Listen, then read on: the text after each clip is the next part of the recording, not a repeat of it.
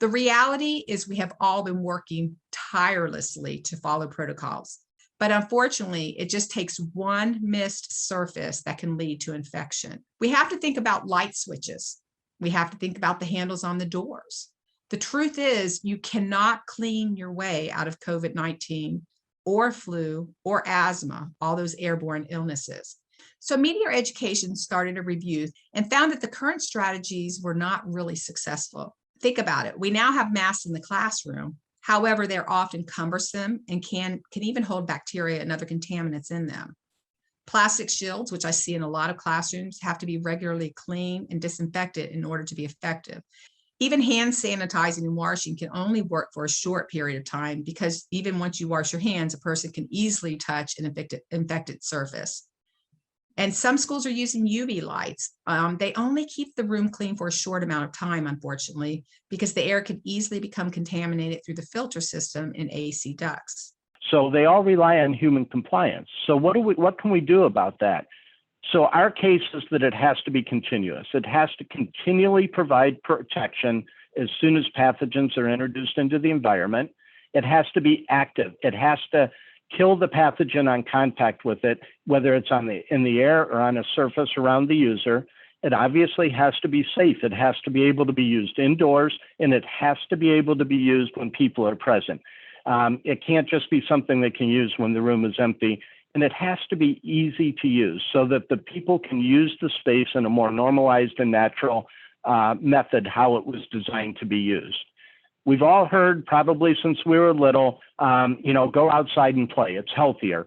We all know in our minds, and we've seen a lot of studies, that outdoor air, fresh air, is just healthier for us because it doesn't have the pathogens in it.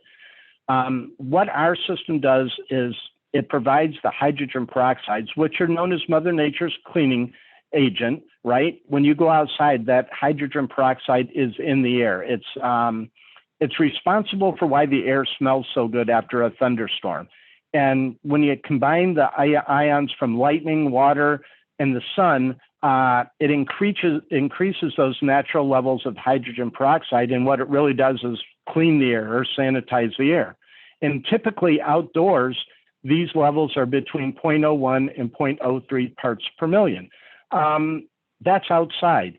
Unfortunately, these hydrogen peroxide molecules don't travel well, and they really don't create themselves indoors because you don't have the right conditions to do that.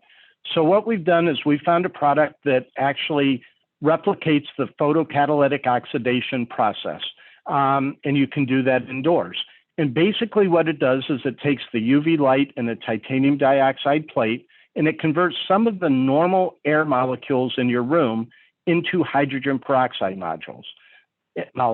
And as you know, if you've looked up any of the CDC lists or anybody's list of disinfectants, hydrogen peroxide is a safe and highly effective sanitizing method for all sorts of things. I mean, I'm sure everybody has poured liquid hydrogen peroxide on a cut. You watch it bubble up and it kills all the germs. It's a similar system to that, except it's done in the air. So the Casper technology was developed and it's been used by NASA. And NASA, he's used it in the space station.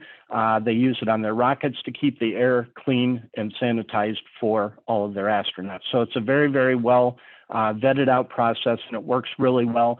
Casper actually was able to take that process because originally it created ozone, and you don't want ozone around people. And Casper actually won a NASA Innovation Award for converting and updating this process so that it no longer creates ozone, which is what makes it safe to use in occupied spaces.